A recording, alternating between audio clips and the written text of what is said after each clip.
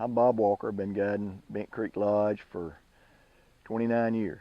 Been turkey hunting probably 45 years. So, you know, I've seen a lot, done a lot. I still learn something every time I go in the woods.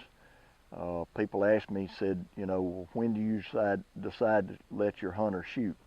And I've always sitting usually right over his right shoulder if he's right-handed, and where I can whisper to him and tell him, you know, when to move, when not to move. If that turkey's 40 yards and we have patterned his gun and he knows it will shoot, I know it will shoot, 40 yards is good.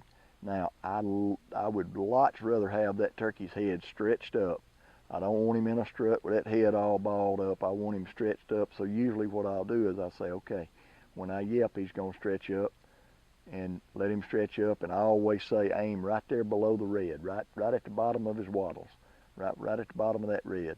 That way you've got that much pattern above your, you know, aim point and that much below. So that should be center. So you're covering the neck area. Don't ever aim just at the head. That's not a good deal.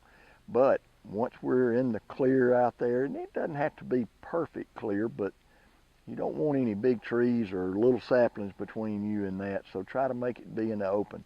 You know, something you don't want to do, and I think more people make this mistake, is shooting a turkey too far. You've got to know how far that turkey is. When you sit down, carry your rangefinder with you. Hit, you know, shoot that tree out there and say, okay, there's 40 yards.